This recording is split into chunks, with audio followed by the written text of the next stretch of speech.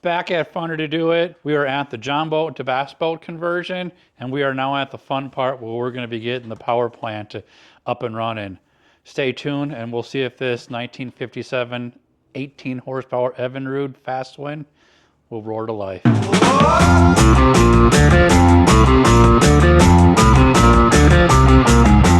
We got the Evinrude 18 horsepower here. This is a 1957 Outboard. This is not the motor that came with this boat.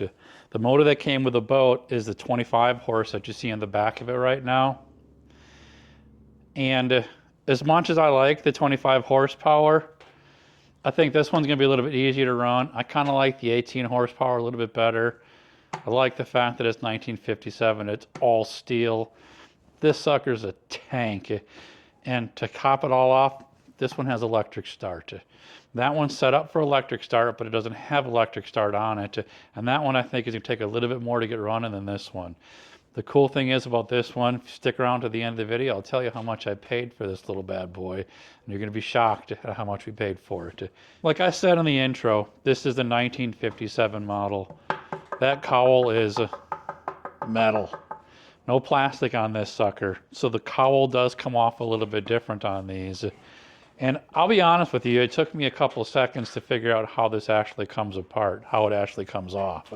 I'm going to show you right now the nitty-gritty and how that comes off, because if you ever get one of these, it is a kind of a puzzle. So the front has a latch on it right here. It pops out. So the front is off. There's that exact same latch on the back. Come around to the back. There's the same latch on the back. We'll give you a little bit more of a better shot here. You pop it and it comes off, and as you can see, now that latch is off. And what this engine does now is it flips up and you get one side of it exposed. Pretty cool. I mean, you get some of it exposed. You don't get all of it exposed. You can see it's still got the really cool tag on the front of it from Milwaukee, Wisconsin. I don't know if it shows a date on this one. Not seeing a date anywhere on it. I might just be missing it or not. Did come originally with electric start. This is an electric start from the factory. So this wasn't an add-on. That was an electric start on here. Pretty cool. Tells you the spark plug, tells you the RPM on it. And this one, if you pay attention to it for the fuel mix, makes 1 quart of outboard SAE 30 to each 6 gallons of regular grade gasoline. If you calculate how much 1 quart is, that is not 50 to 1, that is 24 to 1. 24% gasoline, 76% oil. All right, I had to stop the video here. I'm editing the video and I'm looking at it and I'm hearing myself say the 24% gas to 76% oil. I mean, wow, that's a lot of oil in there if that's the case. That was a complete slip of the tongue there. What the 24 to 1 actually is, it's every 24 parts of gas, you need 1 part of oil. To put it in a different way, if I have 24 ounces of fuel, I need to add 1 ounce of oil to that fuel. That is the ratio between how much gas to how much oil you need. When I was talking double, you're talking, it's 24 to 1 on these older ones and 50 to 1 on a more, let's call it a modern 2-stroke. You need 50 for every 50 parts of gas. You need 1 part of oil. So if you have 50 ounces, it's 1 ounce of oil. So 24 ounces of fuel, 1 ounce. 50 ounces, 1 ounce. So essentially, these older motors, it's double the amount of oil you would have to put in it than a modern 2-stroke. This thing needs that thicker oil on it because of the way it was built. There's more softer parts in here as far as brass parts, as far as stuff that has a little bit higher of a wear, that they want that heavier oil mixture in here. And it says it right on the sticker. You look it up into the manuals, it tells you it's that 24 to 1 mixture. If you have one of these old engines and you run that 50 to 1 mixture on it, year, 2, 3 years and lower, you're probably going to burn this engine out. So keep that in mind if you're going to run one of these older engines. You do need that mixture in here. Now, for me, I want to get the whole cowl off because we're going to have to do a lot of extra work on here. I'm sure we're going to have to do the carburetor, which is on front here. So I'm going to show you how to remove the rest of the cowl because there's a little bit of a trick to it. So to get this cover off, if you notice the choke switch, it's a complete circle in there. There's no way of getting that cover up and off of it, but there is a flathead screw on the front of that. You do have to take that choke switch off. Super simple. Loosen the screw, and then you pull that choke switch right off of it. So now your choke is off. Don't lose it.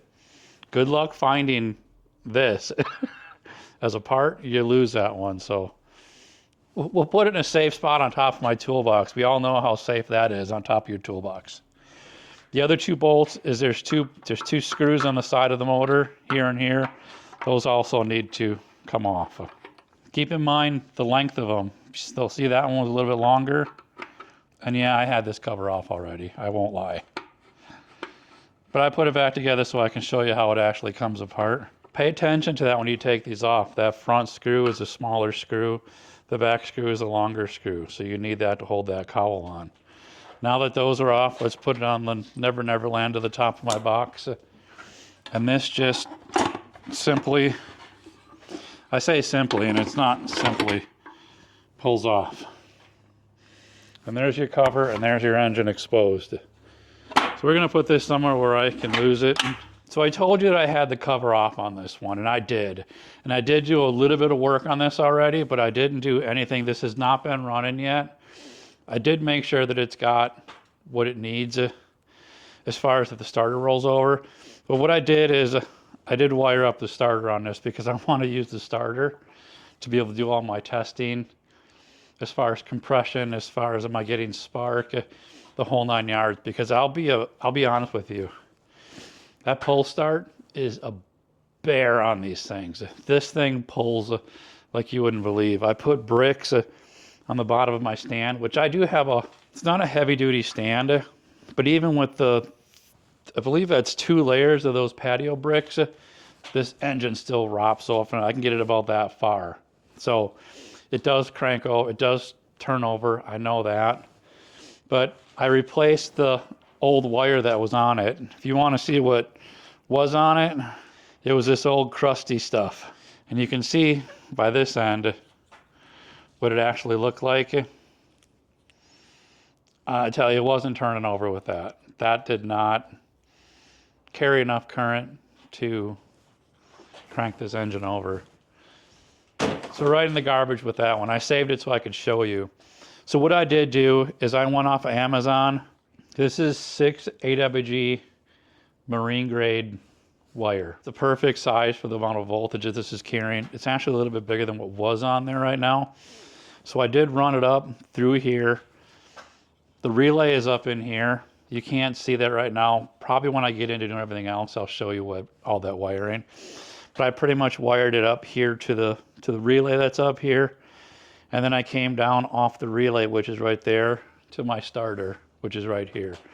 The ground comes straight from my battery. It's right here is where the power is to my starter. So it comes in off of there. My power comes into this side of it. So this is where my power is coming. And this is for the kill switch. The other side is going to come off, go to the starter. This ground wire right here comes right up to the side of the block here. And it grounds on the side of the starter motor. So I did replace all those wires. It's got new lugs on it, fresh new wire on it. It's ready to crank over.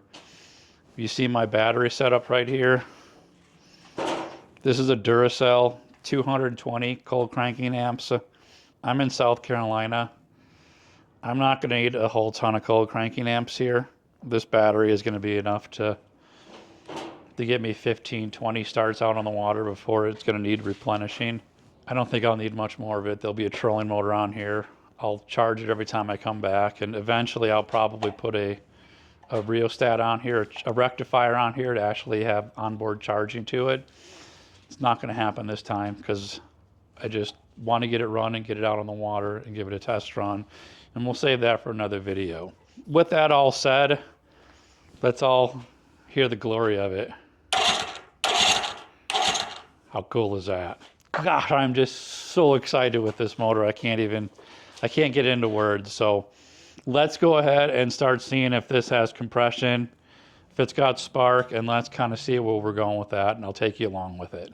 So the biggest thing on these that you're going to want to test when you get a motor, if you run out and you buy one, you know, if you got a compression tester, I bought this compression tester from, I was a professional mechanic. I think I sold mine when I left the mechanics, what was it, 20 years ago? But you can get these readily available on Amazon.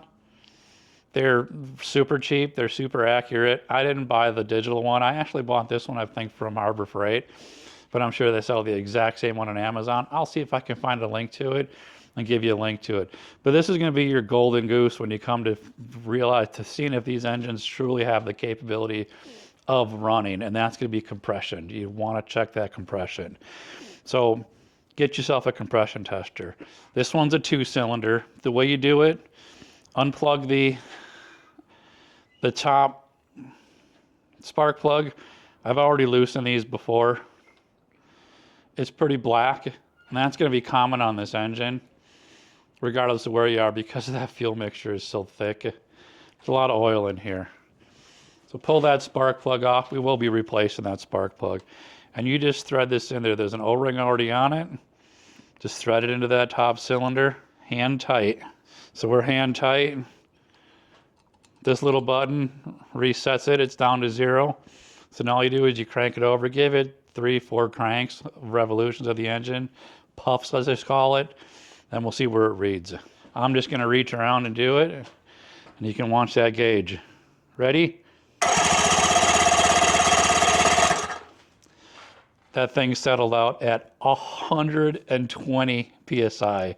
That's absolutely insane for a 70-year-old engine. 120 PSI. Good Lord. And wait till you hear what I paid for this thing. Maybe I'll tell you a little bit earlier, but 120 PSI, that's absolutely insane for an old engine. I'm going to put the spark plug back in it. You can see how clean this one is. This guy took really good care of this motor just by seeing how clean it is underneath this hood. So we'll even stick that back on so I don't get jacked by it. Let's check the bottom one. Now, what you want to see when you're doing a compression test is you want to be within 10% of the other cylinder. So you don't want to have a 10%, more than a 10% difference. So we saw 120. I don't really want to go below, would it be 110? So let's see. Go ahead and grab that starter button.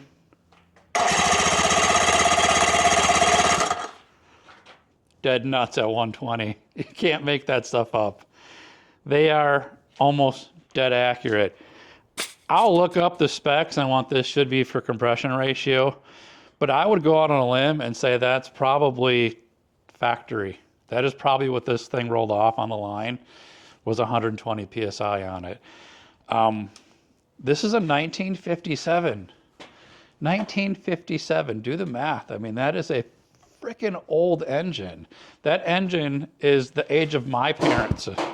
I'm excited. So there is no doubt in my mind that this engine will run. It's got compression.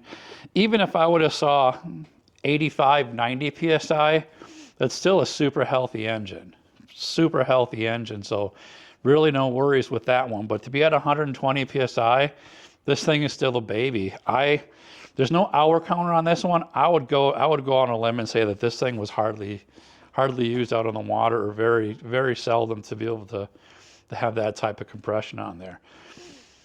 So with that said, the next thing we want to do now is see if these are capable of actually throwing some spark, if we're going to get spark out of here. So I'm going to go ahead and get my other tool, and we'll hook this up and see if we got some spark. The next thing we're going to check on this engine is whether or not we've got spark. Really handy little tool. Again, you can get these off of Amazon. This is a spark checker. Now be careful with these. This is just telling you if you're getting a spark. This one's not going to tell you if you're getting a hot enough spark. But I like to start off with these, especially if I'm by myself, because it's harder to see the other tool. Because what this does is this one has a light bulb in it. When you crank it over, it's just going to flash like somebody's in your flashing a light bulb. I mean, your light switch in your house, it'll just flash on and off, it'll pulse. And the way you do it, pull off one of the cylinders. That's a simple spark plug boot. You slap it on there and you put the other end in there. And then when you start cranking it over, this one's going to light up. So let's see if we've got spark on this engine. Man, that thing's got spark. Okay, I'm sorry. That was the little evil laugh, just so you know, because I'll get to it later on this one. Your modern, I'm not even going to call it your modern engines, because it really is your modern engines, but the engines of the late 70s, 80s, 90s are electronic ignition. They have a control box that throws a spark. It's all electronic. This one, if you know anything, it's got points and a condenser in it, and that's all underneath this flywheel.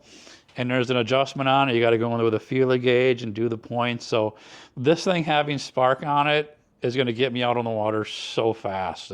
I don't know if I'm going to pull the head on it now. If I got spark on this bottom one, I'm probably not going to pull that flywheel. But let's first see if we got it on this bottom one. I'm going to go on a limb and say it probably does, considering how good everything else has been on here, because the correlation between this one and this one is almost the same.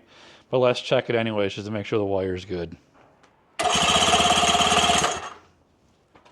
It's got spark on both sides.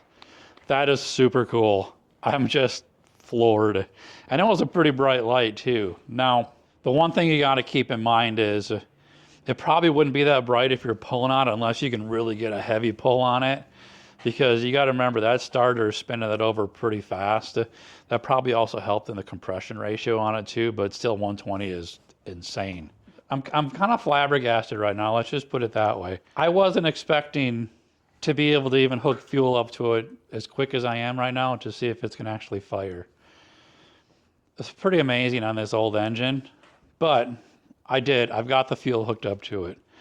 Now, one thing I do want to talk about on this one, the older 1957 Fastwind originally came with a dual line fuel setup on it. What that meant is that you had to have a pressurized tank.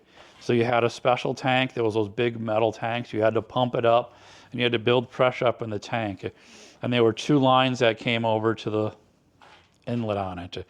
One that fed it and one that returned it back to the tank. And they were not the safest thing in the world. Those tanks, they're under pressure. You're driving around with a, let's call it a bomb on your boat. I mean, it's a fuel tank under pressure. Heat bouncing around, banging up. So there were a lot of incidents of tanks exploding, whatever. It just wasn't the safest thing in the world. And that's what this had. Luckily, the person who owned it before me converted this over to a single fuel line. They put a fuel pump on the side of it. Most of these fuel pumps are interchangeable. I'm not sure what year that fuel pump is. I'm sure it's probably one of the newer, probably close to what, I want to say 59, 60, started with the fuel pump. So this one actually has a external fuel pump. It's got two lines to it. One line is coming from the tank. So it comes from the tank here. The other line comes down and goes to the carburetor. I'm not sure if I'm pointing to the right lines here. Let's just see. This one is out to the fuel tank, to the carburetor. This one is in from the fuel tank. So this is basically pumping your fuel in, so you don't have to have a pressurized tank.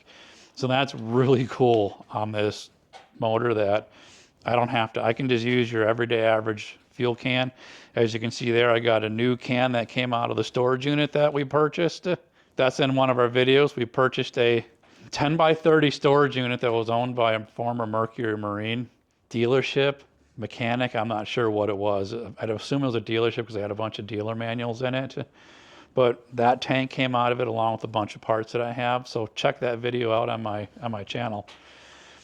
New tank, new fuel line. Believe it or not, I have that bulb pumped up, and this old engine that I pulled out of an estate sale is holding pressure. I went through with the flashlight and I do not see any drips, drops, leaks. You want to be able to listen to see if there's any hissing. I don't hear any issues with this motor that would make me believe it's not going to fire up. I don't have it in water right now. I'm going to just crank it over now and see if I can get it to fire. It can run for a minute or so outside of it, and then if nothing else, it's got a kill switch on it. I'll just hit it, but let's just see if it'll fire.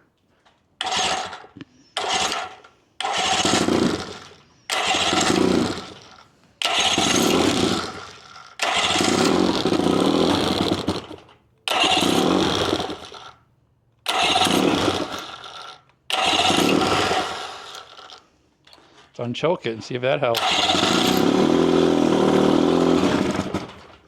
All right. Well, that's probably the first time that thing has run in years. Not too well on it. I don't want to run it too long outside of water because I'm sure the impeller is probably going to need to be replaced on it for the water pump, but man, it fired up. It's not wanting to run. I mean, let's give it one more shot here. Undone.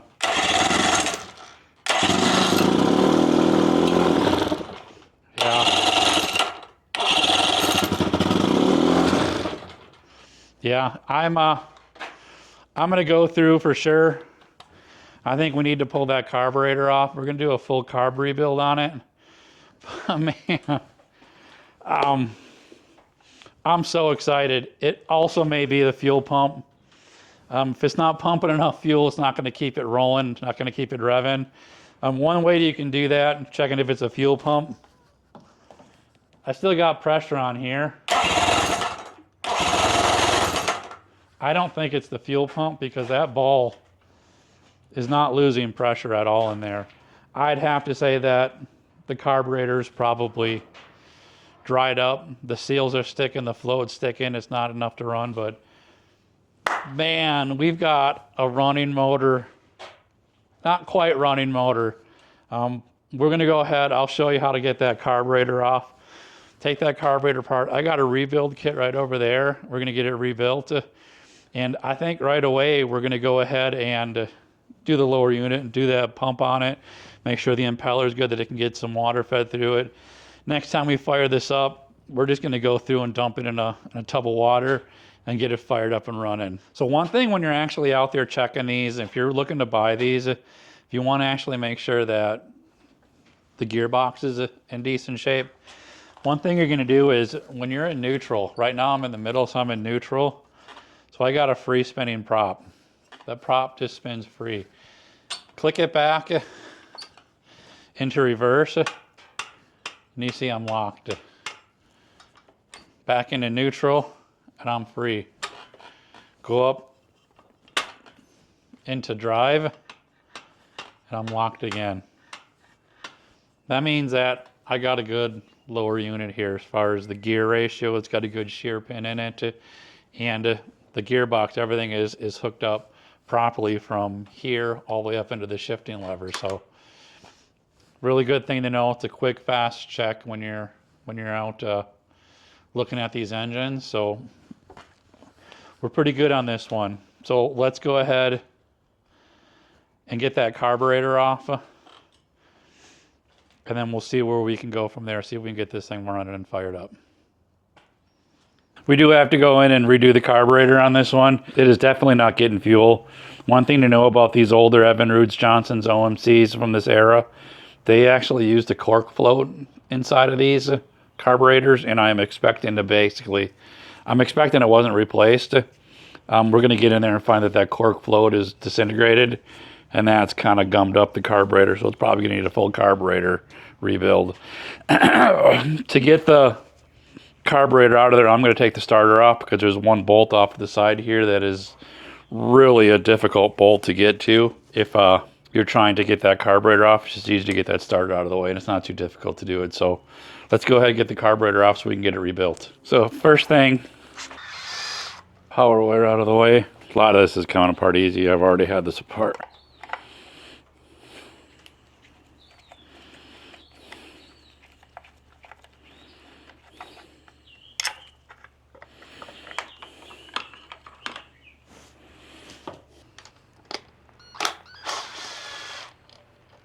1,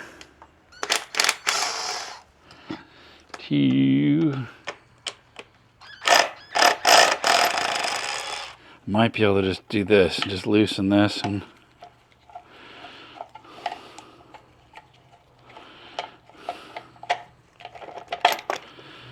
drop it off to the side. That gives me full access to the carburetor. These 2 bolts right here. Here, one on the side there. So you got to get this linkage out, which is, so I'll just pull that little cotter out of there. Easiest way to get them. So now the linkage is off, so now it's just a matter of taking them too. Let's get this one off first. The harder one. They don't give you a whole lot of room to get in there, but now that one's off.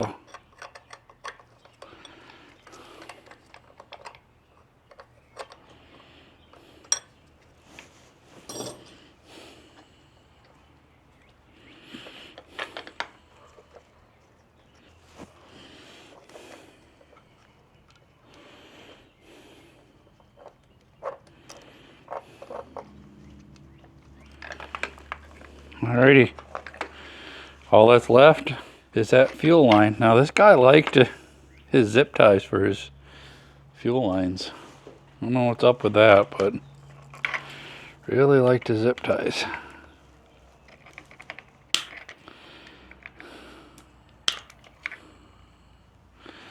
There we go.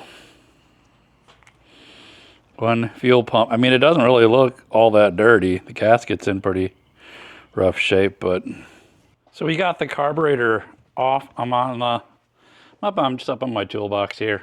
Got a little cardboard, a little tray here. So I'm basically just going to start taking everything apart. This is one of the adjustment needles. I think that's for the idle speed adjustment. Still some more fuel coming out of it when I tried. This is another adjustment needle for it, for I believe high speed. I think that one's low speed, this one's high speed. Find out when I get it out. It's kind of cool that these can be adjusted on the fly. On this particular one, not too bad, pretty clean. Put that off to the side. Get that bowl off of there, and let's see what it looks like in there. That's gonna be the telltale. Okay. Moment of truth. Oh yeah, look at that. The old rubber cork gasket in there. That is definitely breaking down in there. I don't know if you can tell, but there is not horrible. You can definitely see that. Pin out of there. Pull that. And the old cork gaskets, watch. I mean, there was not much for that one to give up the ghost, so that one's going bye-bye. So we got it all taken apart, cleaned up. I sprayed every available orifice in here to make sure they were cleaned out. The new kit does come with a new needle, comes with a new jet, and also, more importantly, a new upgraded neoprene float. So what I am going to do with the adjustment needles is I got a little 4/0 steel wool. I'm just going to clean the edges of them, get them nice polish, make sure there's no grit on them. Make sure that adjustment needle is nice and clean.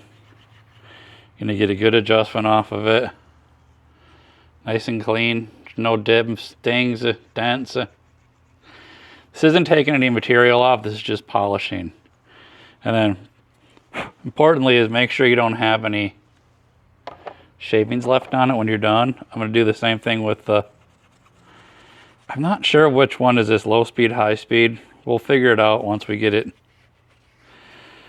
on. I forget what it was. I did read up on it. Okay, one thing when you're doing this, you want to make sure that that bowl is completely flat. Completely parallel with the bottom of there. and that it moves freely, which we got free movement on that. We're looking good.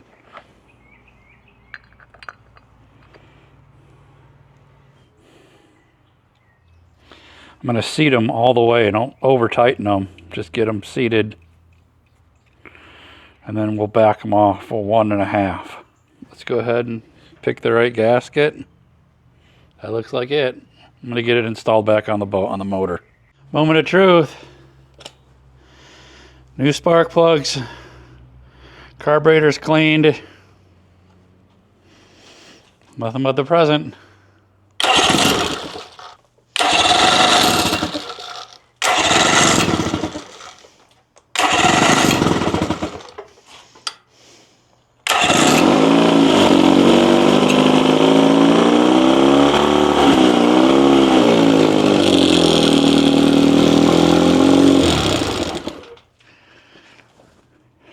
It's a beautiful day. Let's see if it'll run.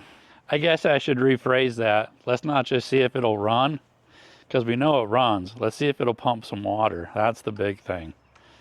So here we go. Suck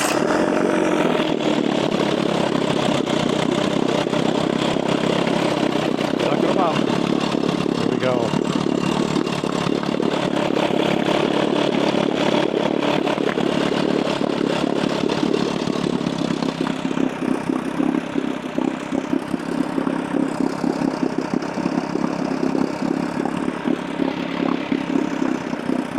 It is pumping them water.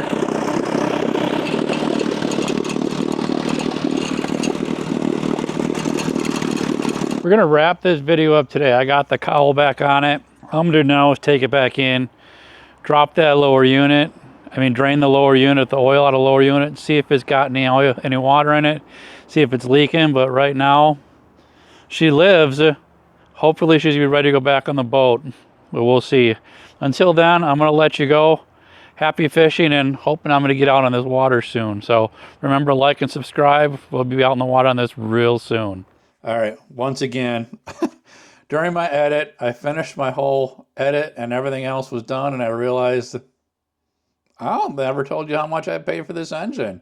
Never gave you the backstory on it. So here we are. The first thing I wanted to say is, wow, I really kept telling you it was in 1957, 1957, 1957. Hey, go ahead and put in the comments how many times did I say 1957, and if you want to have a little bit of fun, maybe make it into a little drinking game, a little game with your friends. Every time he says 1957, or every time that 58 pops up, go ahead and take a drink. All kidding aside, it is a 1958 motor. There's not much difference between the 57 and 58, but it is a 58. I just had to say that because I'm sure I'm going to get some comments of how many times I called it a 57. But with that said, how much did I pay for this engine? At an estate sale, I paid $65 for this engine, which is an absolute steal at that cost just for that engine alone. Much less the condition it was in when we got it. I had no idea it was going to be in this good of condition. As far $65, full-on electric start. But I had no background on it. I didn't know if it ran. She didn't know anything about it, so $65. I could have been bringing home a $65 anchor. Good for parts, but nonetheless, I had no idea what the engine was like. I did go there. They had 3 engines at this estate sale. I went for all 3 of them. We got a late start. Me and my wife knew it. We couldn't get ourselves out of bed. We should have went there earlier. But they did have 3 engines at this. The 18 horse, they had a 5.5, and then they have a 7 horsepower Merc. I wanted all 3 of them. And the intention was to go there and buy all 3 of them and just go ahead and rebuild them and flip them, sell them, whatever I was going to do with them. Maybe do another boat.